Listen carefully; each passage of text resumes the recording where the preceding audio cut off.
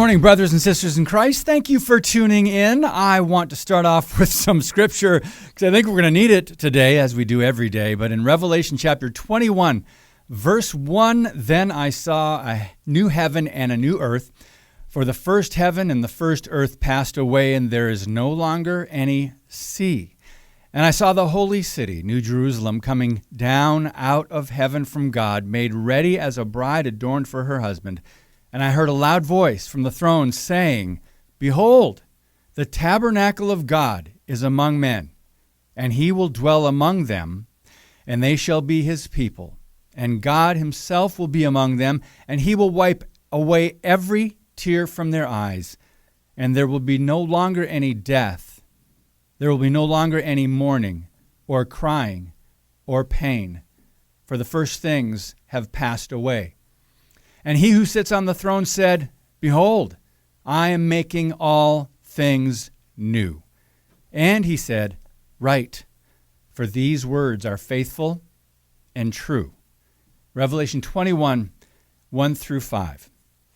So I went to see a phenomenal documentary film yesterday called Breaking the Oath.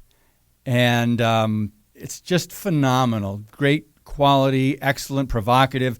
A lot of people we know were in the film. Scott Shera, his wife Cindy, Vera Sharav was in there, a couple nurses, a doctor, and several others. But it was an amazing event in De Pere, Wisconsin at the cinema.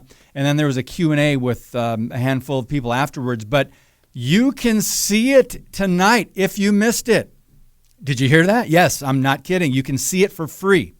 There's an online viewing event at 7 p.m. Central Time.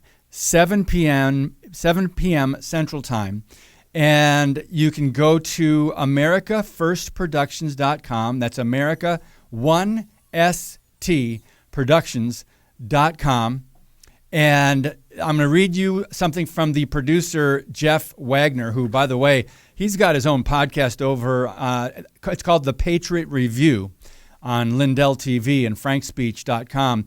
America First Productions and Jeff Wagner. Well, he says, I'm personally inviting you to this totally free event because the message is so very critical.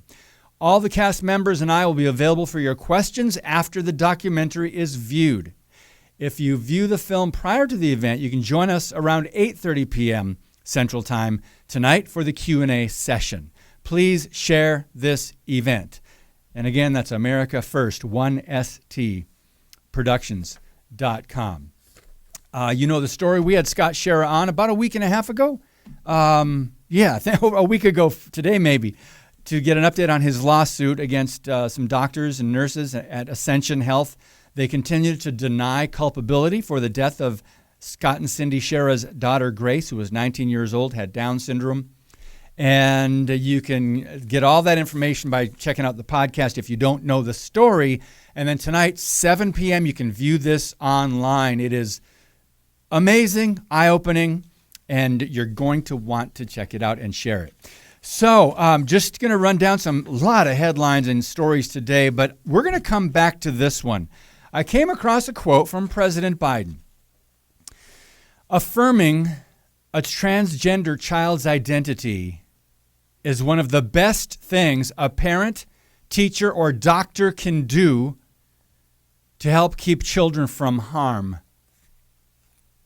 President Biden and his handlers, of course. Affirming a transgender's child identity is one of the best things you can do, apparently. We're going to talk about that, and there's an article called Democrats Create a Transgender Child Kidnapping Network.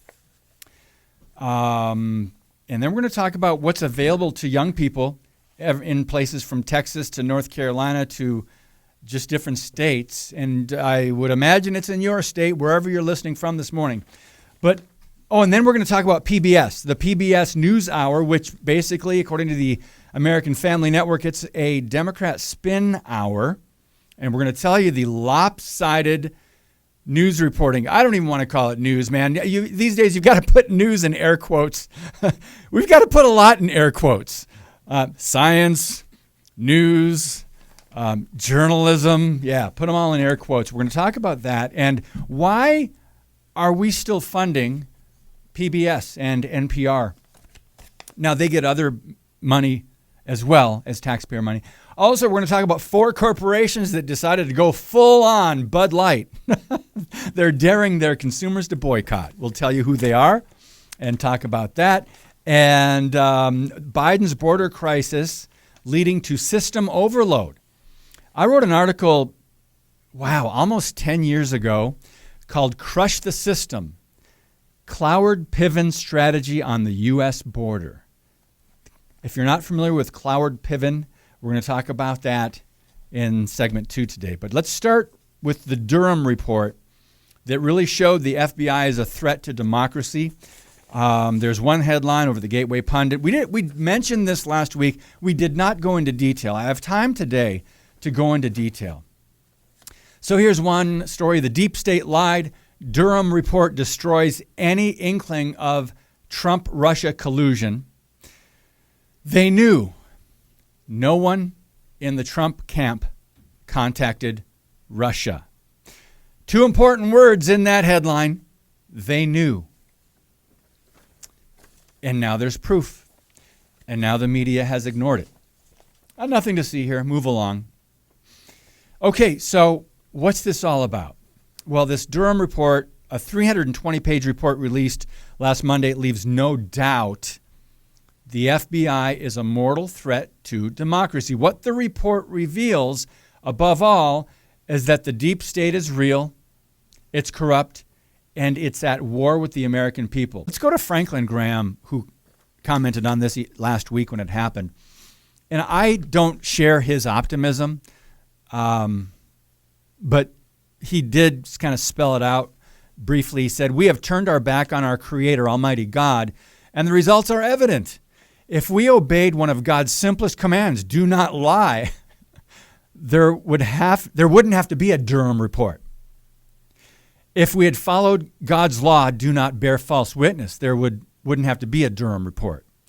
If we had followed Jesus' instruction to do to others as you would have them do to you, there wouldn't have to be a Durham report." What we have is sin, and it has affected every level of our government. It is growing like an aggressive cancer of the soul of our nation.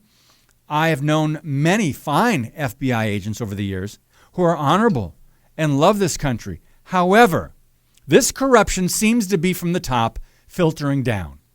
For public trust to come back to the FBI, and I might add parenthetically the DOJ, there's going to have to be some very real soul searching and some real accountability. It is my hope and prayer that those responsible for this deceit and destruction of trust that they have caused will resign and be held accountable. Friends, don't hold your breath. But he said we need to go back to biblical principles and morality and moral integrity that this nation was founded on. Thank you, Franklin Graham. He's been a pretty consistent truth proclaimer and defender. I don't agree with him on every single thing, but I admire him. He's done a lot for the country, I believe, and the spiritual direction and just pointing out. He's not afraid to address evil and confront evil.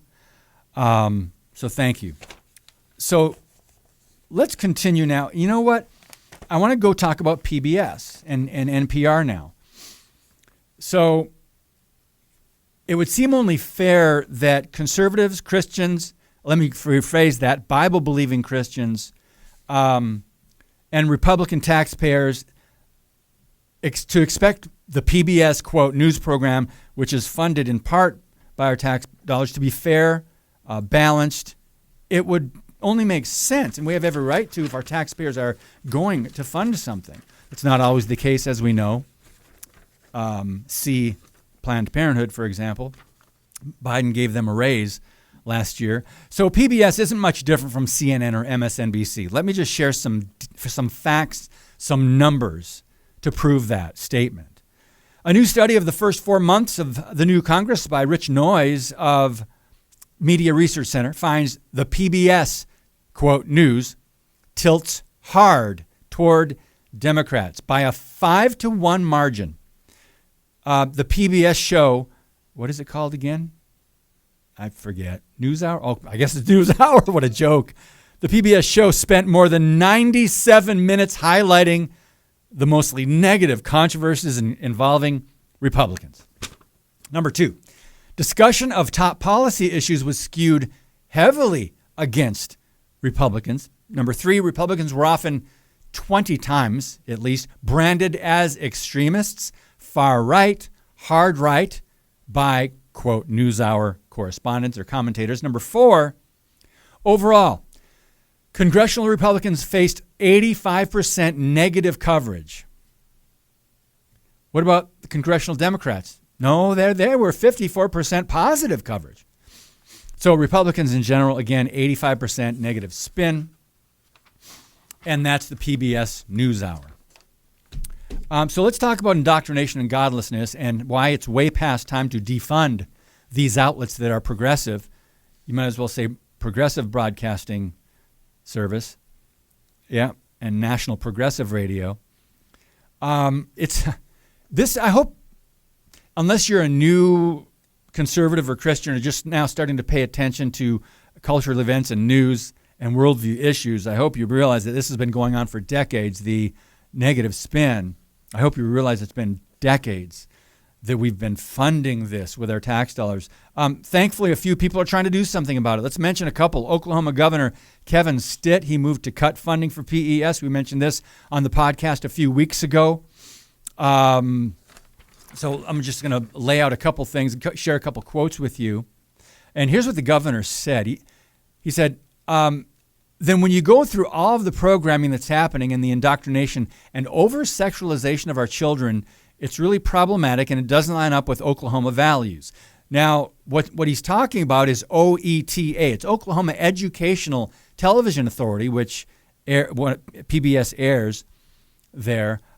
So he's doing his part, and this is what it's going to come down to, state by state. And I want to emphasize that, state by state. So let's skip ahead for the sake of time so we can cover more stories. There's NPR. This is interesting.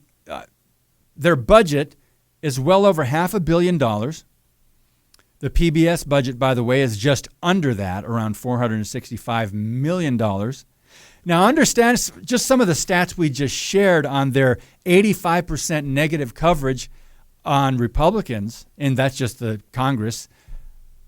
We're funding them. You and I, if you're conservative, Christian, independent, Republican, or just patriotic American that believes in fairness and balanced news reporting and that our tax dollars would go to something that would benefit all Americans, you're very disappointed about this. That's a lot of money. They're getting a lot of money, right? So let's go on to a couple things. Just to give you a couple of examples, a PBS NewsHour feature. Now, this is where they bring in the Pride Month, by the way. It's going to be in a couple of weeks. By the way, it's not Pride Month anymore. They've been calling it now Queer All Year. So the LGBTQ plus indoctrination does not stop at the end of June, but June is the time they take it into hyperdrive. It's on steroids, right? Pride on steroids. Wonder if the Bible has to say anything about pride. PBS NewsHour features parents' support for various gender-altering treatments, including puberty blockers. Also, a gay character was introduced in something called Work It Out Wombats. PBS Kids program introduced LGBTQ characters. I guess they got something called Clifford the Big Red Dog. A special about a town of Christians and drag queens. Dismantling stereotypes, right? Also a same-sex wedding featuring on a show called PBS Show. This is PBS. Again, our tax dollars are going to fund this.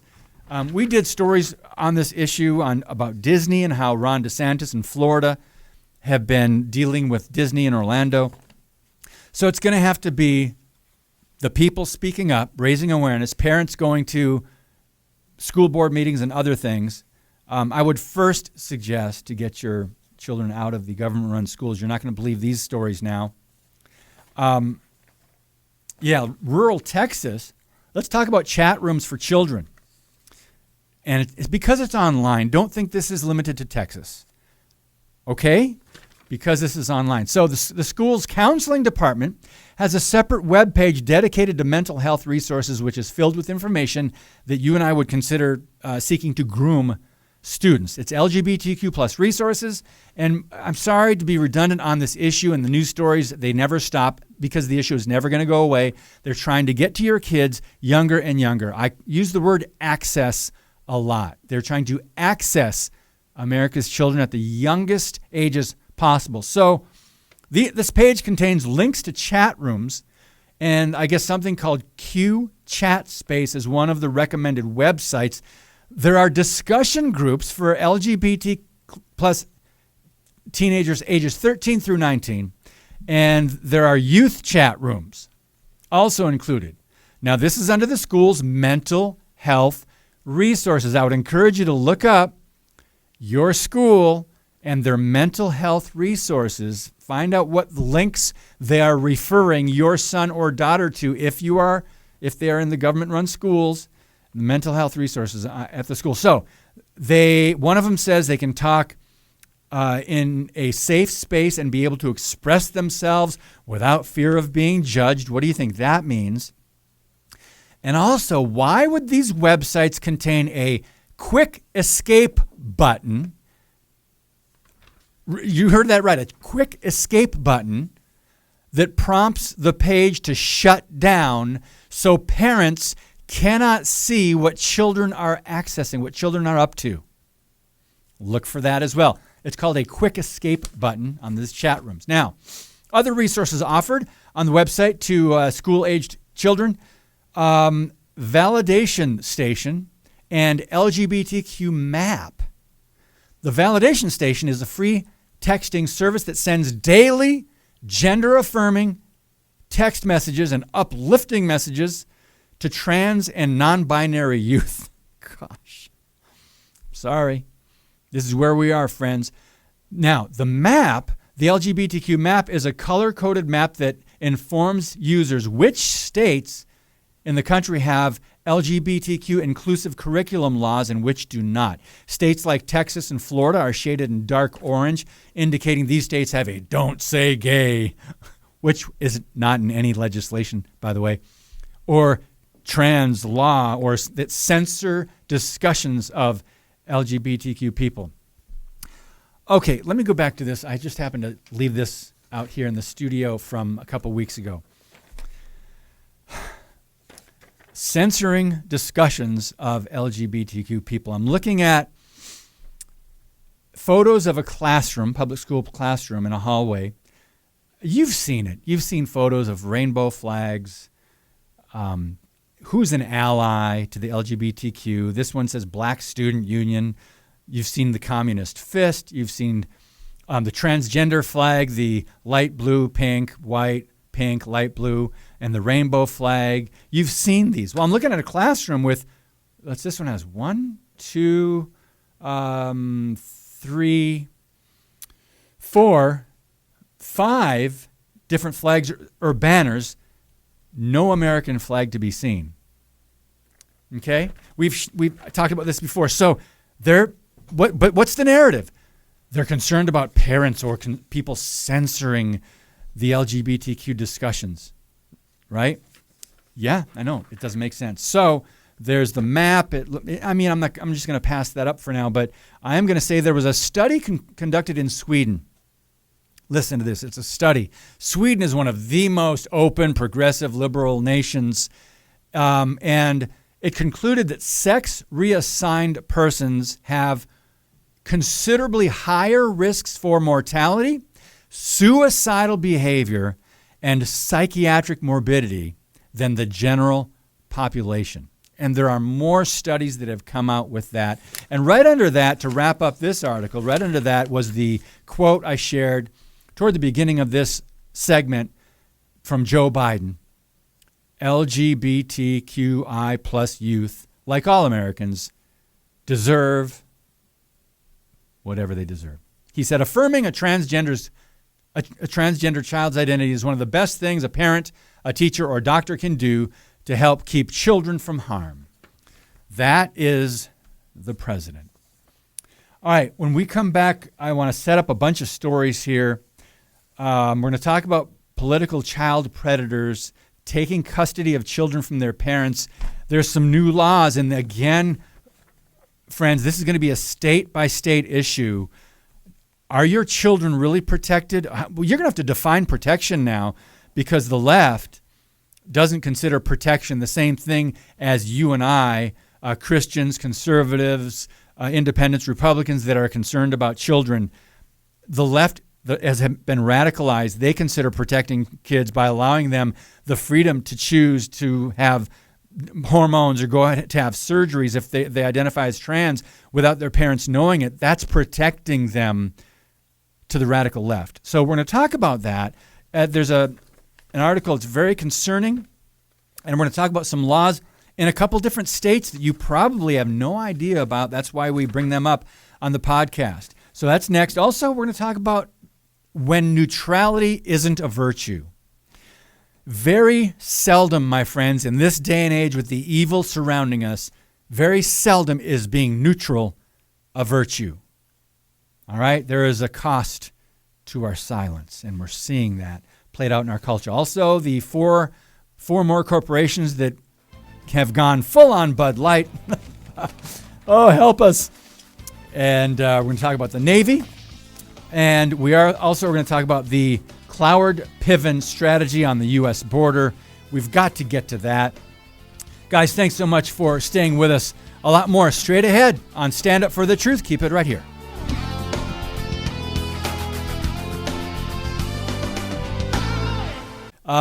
Exclusive over at Breitbart. I've been meaning to at least share the headline. Can't get into the whole article, but the Navy Intel Office hosted an event on inclusive language for trans, binary, and intersex human beings. The Navy's ONI, Office of Naval Intelligence, had a community pride alley engagement event last week on using inclusive language to reflect the existence of transgender, non-binary, and intersex individuals. Let's stop right there.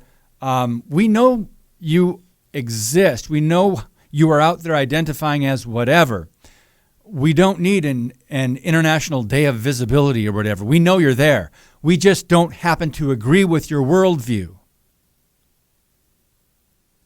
where you reject the creation of God and the created order of God. We know you're there. We know you exist. We're not denying your existence or your attempt to identify as something other than what God created you as. We just don't agree with you. We love you, but we don't agree with you. So the ONI, Office of Naval Intelligence, said this, quote, "As our understanding of gender and identity evolves, so does the language we use to be inclusive. Just as our language changed to acknowledge women's presence in the workplace, for example, no longer using men or he as a default term for everyone, our language continues to change to reflect the existence of transgender, non-binary, and intersex individuals. Ally engagement, inclusive language." And it's all about pride. And that's getting ready for the month of June. So that's over in the Navy. We showed you, or we did that story, I think a week or two ago, about the naval ambassador who's a drag queen. They're using him to recruit the U.S. military. All four branches have had 2 years of recruiting shortages. And they thought, hey, let's just try a drag queen to see if we can get people to sign up for the military. What could go wrong? Okay, before I get to this other article, Dietrich Bonhoeffer. That's all I need to say. Okay, I'll share one of his famous quotes. "Silence in the face of evil is itself evil. Not to speak is to speak. Not to act is to act. God will not hold us guiltless." Over at American Family Network, great article on America's corrupt ruling elites. They can't persuade a majority of Americans to embrace their insane views and their ideologies. But they don't need to persuade us. Why? They have the lockstep left-wing media on their side. About a third of the country is moving toward restoring sanity. Another third of the country seems hell-bent on getting nuttier and more insane. And the final third, listen to this, might be charitably described as neutral. Christian, do you love your neighbor?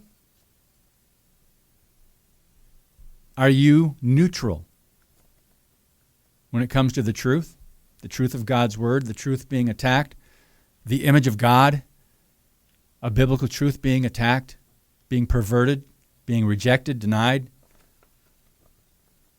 13 states have displayed some sanity. They have now enacted laws barring doctors from plying children with puberty-blocking drugs, cross-sex hormones, and mutilating surgeries.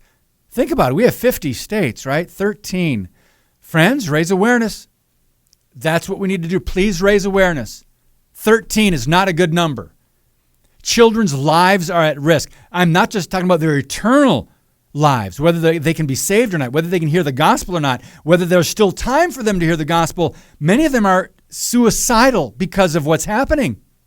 13 states. We need more. We need more. Thank you for those 13.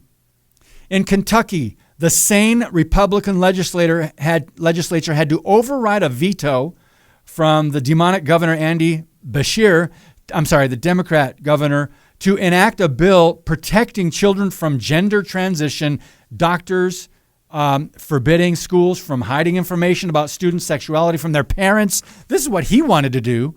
But the Republicans, no, that's not protecting children. So somebody has to be the adult in the room. And we need that to happen every state. We need that to happen at the local community level. Okay? The feds are gone. It's not going to happen at the federal level. We say the political ping pong. We have observed that for years. All my life, I've observed that. Just perfect example, the political ping pong, not to get too far off track here, but 1973, the ridiculous unconstitutional Supreme Court decided Roe v. Wade. They made that a law, free abortion, right, federally. Why did it take until the year 2022 or 2023? Why did it take this long, 2023, to overturn that unjust, unconstitutional, unbiblical Supreme Court decision that was carried out by 9 men? It affected the whole country. Why? Because of the political ping pong, back and forth, elections, right?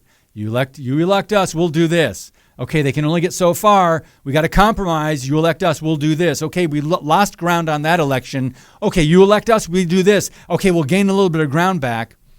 But who do you think, if you go back 50 years or more, who do you think has compromised the most? What is the direction of our country, our culture, our government? You know the answer to that. So back to the topic. A new group of doctors is exposing how medical schools and medical literature are being corrupted by gender ideology and critical race theory. Okay, do no harm. We seem to be coming back to this theme. Do no harm. Now, this one was founded by Dr. Stanley Goldfarb, who says medical schools are engaging in racial discrimination in service to diversity, equity, and inclusion. Remember, that's a God now. They're making DEI, diversity, equity, and inclusion. They're making that kind of a God. It's a religion. Democrat Governor Jay Inslee over in Washington State signed a bill last week allowing youth shelters to hide runaway kids if they seek abortions. So girls, young girls, if they want abortions, go to Washington State. Or gender-affirming treatment. So if you identify as the opposite gender and your parents don't go along with it, and if your state happens to be one of the 13 that has laws, you can go to Washington, and they are protecting these shelters or these host homes so they don't have to tell parents, so the kids can do whatever they want under protection of that state government. Over in Illinois, Democrat Governor J.B. Pritzker signed a bill prohibiting libraries from having any age restrictions whatsoever. This means children can access even the most graphic texts, some of which are aimed at sexualizing them. Colorado, the National Education Association, listen to this, passed a resolution stating in Colorado now, state by state, capitalism is in opposition to fully addressing systemic racism, climate change, patriarchy, education, and income inequality. This is what they're putting out here, the propaganda and BS in Colorado. And according to the College Fix, they said the solution was to dismantle capitalism. I've been writing about media bias for a couple decades. That's what started me blogging many years ago before I even wrote my first book. And that has been a topic that's near and dear to my heart because it is unfair, it is unjust. If you are a truth proclaimer and defender, you want at least a fair shake in the media in the country that we live in that has the First Amendment. And we are far from that, friends. The principles of journalism, I wrote about that early on. Maybe we should revisit that one of these days. And you'll be amazed if you go through the principles of journalism, and I think we will in the near future, Lord willing. Oh, gosh. Okay, so Washington State, trans minors protected from parents. Now, this is a continuation of what we mentioned earlier. The Associated Press had this story up, and it involves Senate Bill 5599 that supposedly supports young children seeking, quote, protected health care services. What do they mean by health care? What is the left and the media and the Democrat Party and the education system, which is, I know it's all redundant, it's one and the same. What do they mean by, it's really, it's not health, abortion, transgender ideology, pushing them toward hormone blockers or surgeries. That's what they consider health care, okay? So the new law adds minors getting abortions as protected and transgender treatments as compelling reasons not to notify their parents. Did you hear that? So the Associated Press headlined this story. Again, the title was Trans Minors Protected from Parents Under Washington Law. They withdrew it. They took it offline. Wonder why. Well, once a child is listed as transgender, the parents are automatically treated as abusers. Instead of contacting a child's parents, the system will contact Washington's Child Services Department, essentially claiming automatic state custody of any children classified as transgender. This is if someone from Wisconsin, Montana, Texas, Missouri, Florida, if you go to Washington State, you will be protected if you're a minor, and your parents, well, they have no more say. If they did, depending on what state they were from in the first place. So this measure follows on the heels of school policies where children were encouraged and have been encouraged in many states across the country to imagine they're another gender, and not the teachers were told to, or instructed not to tell their parents. Okay? So Senate Bill 5599 makes Washington now a magnet for teenage runaways and sexual predators, by the way. It's not surprising. By the way, that's a state where the Seattle Mayor Ed Murray was resigned after being accused of sexually abusing 5 teenage boys. That's right. Equal Rights Washington and this transgender bill, they're not concerned with protecting children, but enabling their abusers, as they did with Ed Murray in Seattle. So, Washington State, the epicenter of some of the most aggressive child kidnapping measures. I'm sorry, friends, we have to use this language now. Children can begin receiving, quote, gender-affirming care and admit themselves without parental consent in Washington beginning at the age of 13. So if they start thinking of something at the age of 10, 11, 12, once they're 13, they're protected now according to this state's laws. Health insurance companies are not allowed to tell their parents about any medical procedures involving, quote, gender-affirming care.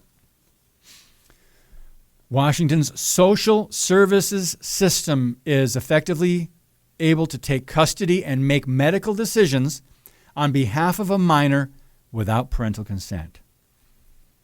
It classifies Democrat policy priorities, abortion and transgender sexual mutilation, as, quote, protected health care services. Let's go to California. Bill 107, SB 107 in the Senate was promoted by Scott Wiener. He had previously made national headlines for empowering judges to keep those guilty of illegal sexual relations between a teenager, age 15 and over, and someone within 10 years of age, to keep them off the sex offender registry. None of this sexually abusive behavior is too surprising in a state like California that venerates Harvey Milk, who was a California Democrat who supported Jim Jones, and he lured teenage runaways. So the Alliance Defending Freedom is stepping in this case and arguing that SB 107 violates parental rights protected by the U.S. Constitution.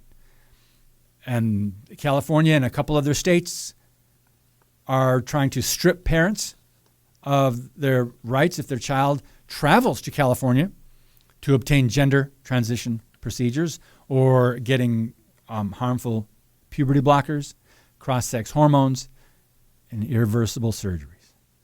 19 other Democrat states have introduced similar transgender sanctuary bills. So what that other article said was 13 states have been working on this now to protect kids. 13 Republican states are working on these things. Well, we're losing. We're behind. That was 13. This is 19. 19 Democrat states have introduced these child grooming and mutilation advocacies. So there's some underground networks. They're backed by major donors. They are putting into place a child kidnapping network that encompasses half the country. 19 Democrat states. Again, those words are in quotes. Transgender sanctuary bills. Watch your state, friends, especially if it's a blue state, because there's 19 of them already. So what had been the practice of a handful of deviant men is now the government policy of entire states. So as the rates of teenage depression and suicides increase, the Democrats are now rushing to take advantage of troubled teens, manipulating them into joining its political and religious cults. We will put that and a couple of these articles in the podcast notes at standupforthetruth.com. Don't have time to get to a couple other stories, but I do have a little bit of time to mention this one.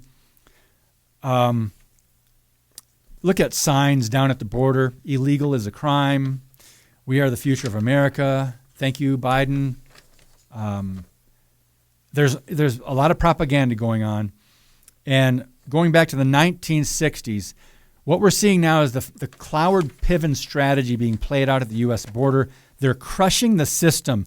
This crisis will lead to a system, the immigration system overload, not to mention what it's doing to the healthcare system when all these people come into the country, and if they go to get, the hospitals have to treat them, right? You and I couldn't do that. We couldn't just walk in and say, I don't have insurance. Sorry. But if you come across from another country and you're not a citizen of the United States, from my understanding, right, has anything changed? They still get free health care, right? To a degree. So 1960s, Cloward-Piven strategy, how did that start? This present crisis can be described by going back to, or understood by going back to Francis Fox Piven and Richard Cloward. They were a married couple. They were both professors at Columbia University School of Social Work. They were two members of Democrat Socialists of America, and they were implementing an agenda to destroy capitalism, to bring in communism. They birthed several radical organizations, including ACORN, with the help of Wade Rathke. But in the 1960s, Fox Piven gave traction to a strategy aiming to take down America's economy by overloading the government bureaucracy with a flood of impossible demands. This is a political strategy. It's outlined in 1966. Fox Piven and Cloward called for overloading the U.S. public welfare system, and now they're using immigration, right, to precipitate a crisis that would lead to a replacement of the system with a national system of a guaranteed annual income, right? That's socialism. The couple's most significant achievement was the Motor Voter Act, which was signed into law by Bill Clinton in 1993. And former White House staff economist James Simpson, who we've had on the podcast, it's been a while, he writes, quote, "As we know, ACORN was one of the chief drivers of high-risk mortgage lending that eventually led to the financial crisis, but motor voter law was another component of the strategy, And he goes on. We don't have enough time to get into the whole article.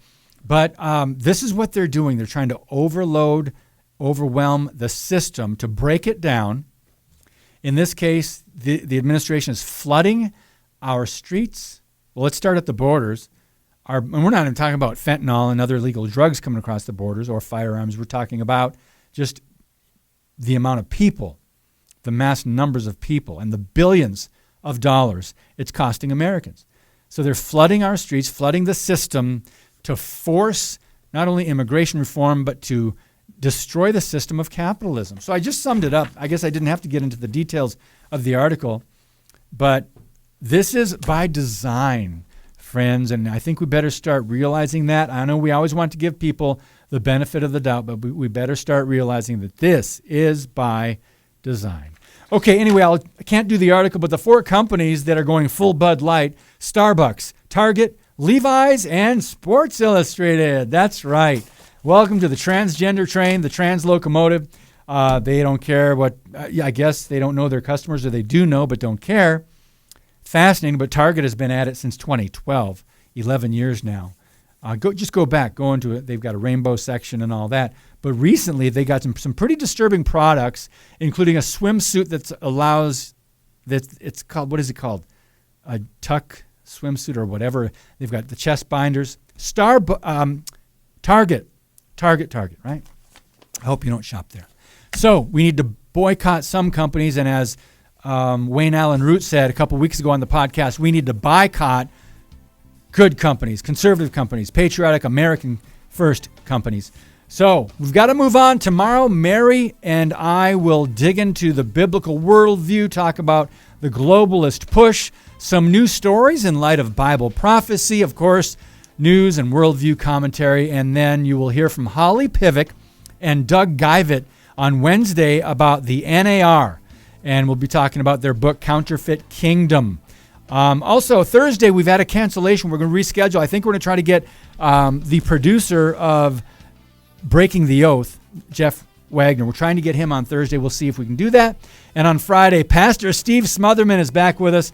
God bless you, and as always, keep speaking the truth about things that matter.